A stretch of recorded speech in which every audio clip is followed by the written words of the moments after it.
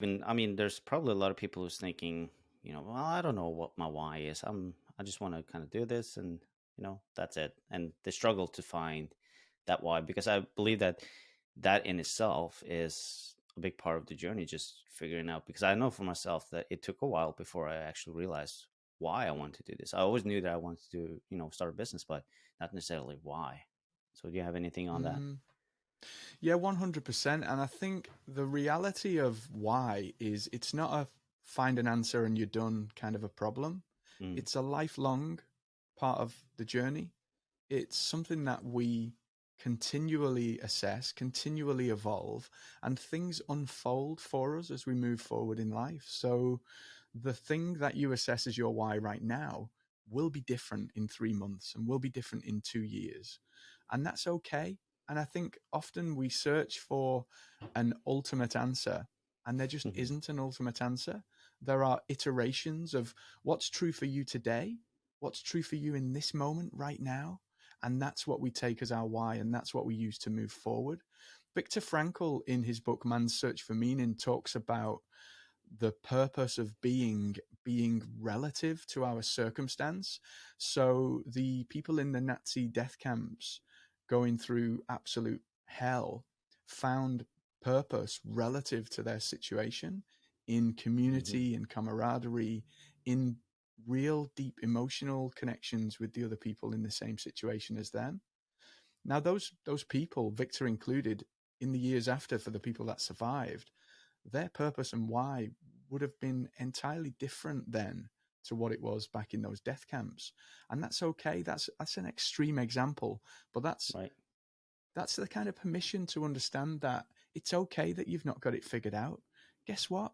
None of us have really got it figured out. No matter how figured out we look on the outside, we're all struggling with the same thing on the inside.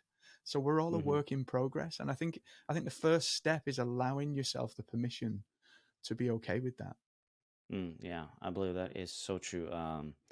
And I think that's a part of business in a lot of ways. I mean, it's not just about the why, but I feel like that's the way it is with messaging, offers, everything that you do in your business. It's is working right now, but like I said, it will change just a few months from now because you evolve, you change, and you discover new things and you learn new things about yourself as well.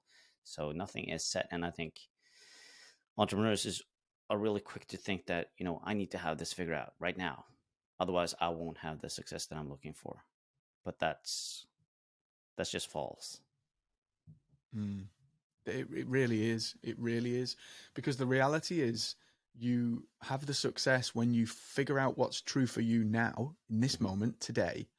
And then tomorrow you have to figure it out again, or it changes, or it iterates. And if Hmm. you, I guess the biggest challenge that we all have is becoming comfortable in that space of being uncomfortable and feeling like things aren't complete, feeling like things aren't right. Hmm. I've not figured it out. I don't quite know what my why is.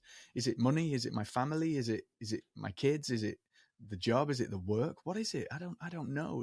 Is it the people I serve? And that's okay to have all of those questions. And so you've just got to continually walk the path.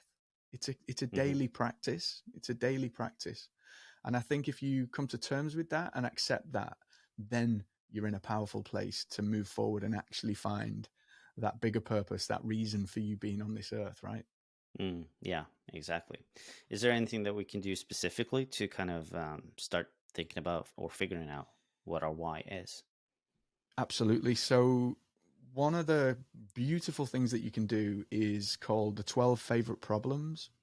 And this was by a Nobel Prize winning scientist in the early 1900s. And you essentially create a list of your 12 favorite problems, the things that drive you as a human being. So, um, things around family, around your life, around your well-being, around your development, around the things that drive you and light you up on the inside. And this list gives you a beginning point of a kind of framework for areas of life that you're really drawn to, and it acts as a scaffold within which you can then define, okay, in the realm of my business, this is the thing that really powers me forward. In the realm of my personal life, this is what drives me forward. In the realm of spirituality, in the realm of emotional and relationships. So you're covering kind of all aspects of your life in a broad brush, Hmm. and then you kind of have a sense of who you are and what you do and how you play in different realms of life. Then you can get down and dirty in the business side of things, and you can look at your why and your purpose from a business perspective.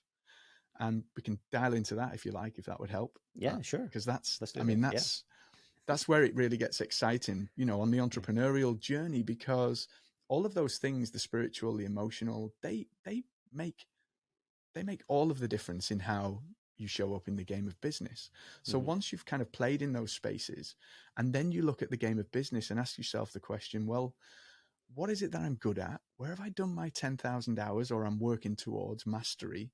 What could I literally talk to somebody all day about because I'm excited by it and I really enjoy it? And this gives you a steer on some of the areas that you can play with from a business perspective when it comes to finding a niche.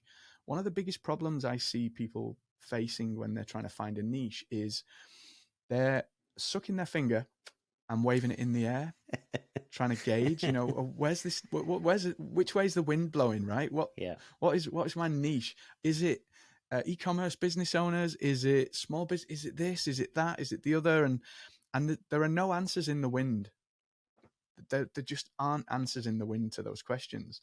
The answers come from within you when you take the things that you are gifted at, your genius, your mastery, the things that you love to do and talk about.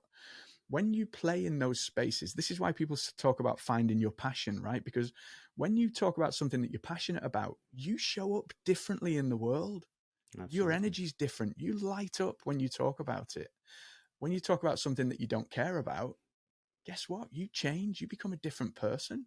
So the real secret in finding your niche is, in marketing, we call it product market fit. You're the product, your niche is the market. How do you match you to the market?